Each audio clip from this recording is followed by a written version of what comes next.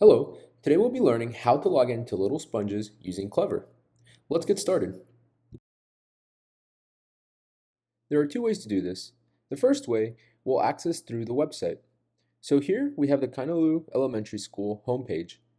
Let's start by going under Ohana and then Students, finally selecting the Kainaloo student homepage. This will open up a set of links. Here we will click on Clever and it'll present us with the Clever login.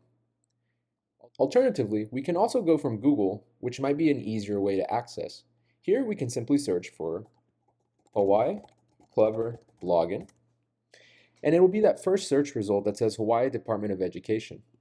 We'll click on that, and it will take us to the same Clever login page.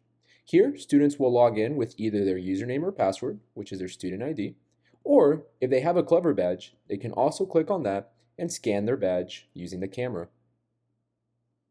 The Clever portal is where we access all of our applications. The next step is to find Little Sponges from this page and click on it to open it.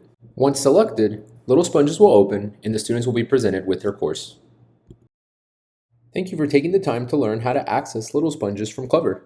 If you have any questions or need support, you can always ask your child's teacher, or you can reach out to us at www.little-sponges.com/contact-us.